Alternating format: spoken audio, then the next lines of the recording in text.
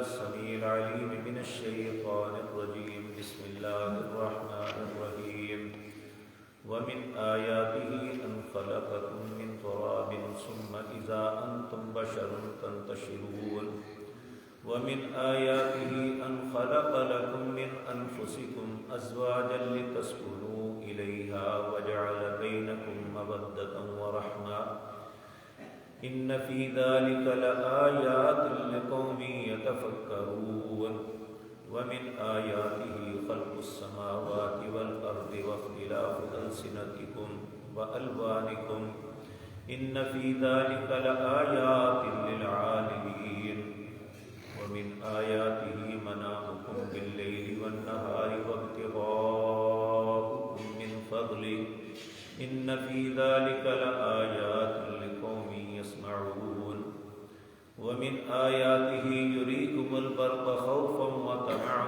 وينزل من السماء ماء فيحيي به الأرض بعد موتها إن في ذلك لآيات لقوم يعقلون ومن آياته أن تقوم السماء والأرض بأمره ثم إذا دعاكم دعوة في الأرض إذا أنتم تخرجون وله من في السماوات والأرض كل له قانتون وهو الذي يبدأ الخلق ثم يعيده وهو أهون عليه وله المثل الأعلى في السماوات والأرض وهو العزيز الحكيم.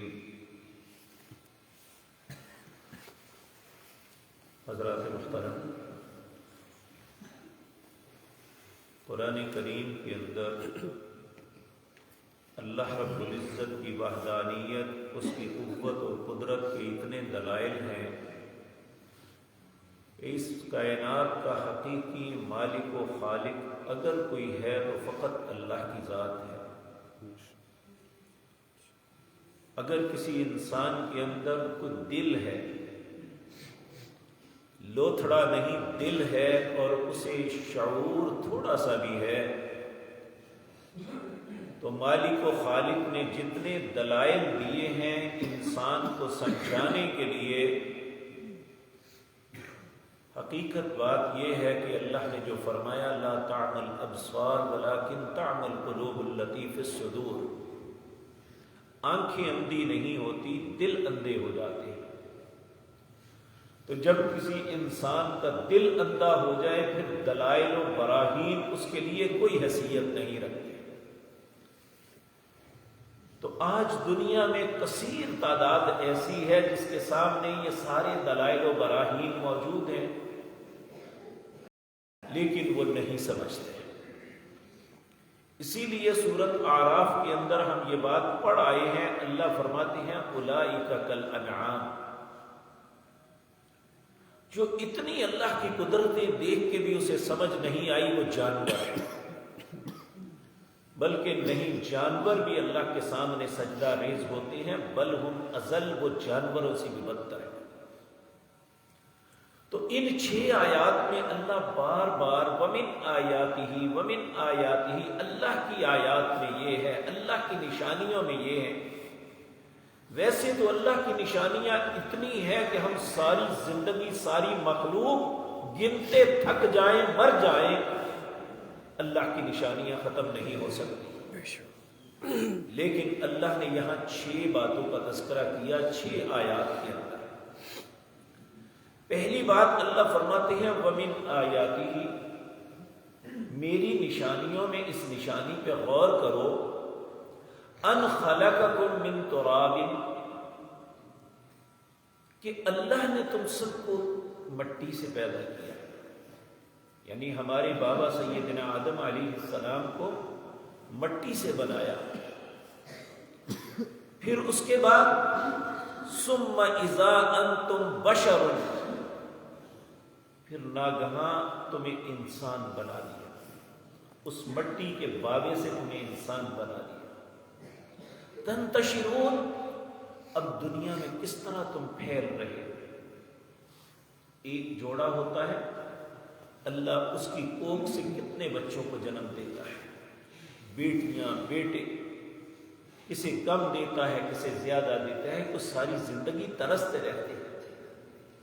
تو اللہ رب العزت فرماتے ہیں کہ میں نے تمہیں مٹی سے پیدا کیا، پھر ایک انسان بن گئے تو پھر اب زمین پہ پھیل رہے ہو۔ پھر اس کے بعد فرمایا وَمِنْ آیَاتِهِ، میری نشانیوں میں یہ بھی دیکھو، ذرا غور کرو اس پہ، ان خلق لکم من انفسکم ازواجا، میں نے تمہارے نفس کے اندر سے ہی تمہاری بیویوں کو پیدا کیا۔ آدم علیہ السلام پیدا ہوئے جنت کی ساری نعمتوں کے باوجود، وہ سکون نہیں تھا جو اللہ نے حوا علیہ السلام کو پیدا کرنے کے بعد عطا فرمایا۔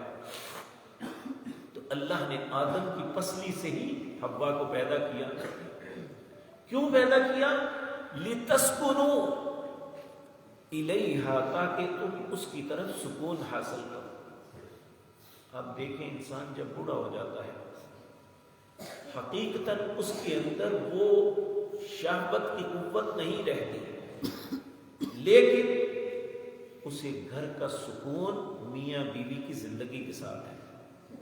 خامد فوت ہو جائے تو بیوی بڑھاپے کے اندر سسکتی ہوئی وقت گزارتی ہے، بیوی فوت ہو جائے تو خامد سسکتے ہوئے گزارتا ہے۔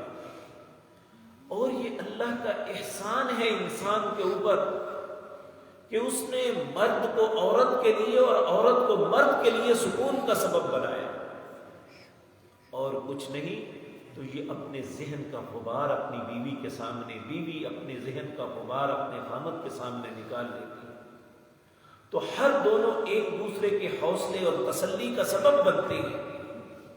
تو اس لیے فرمایا تمہارے اندر یہ کتنی بڑی نشانی ہے، تمہارے نفسوں سے اللہ نے تمہاری بیویوں کو پیدا کیا، لِتَسْكُنُوا إِلَيْهَا، تاکہ تم ان کی طرف سکون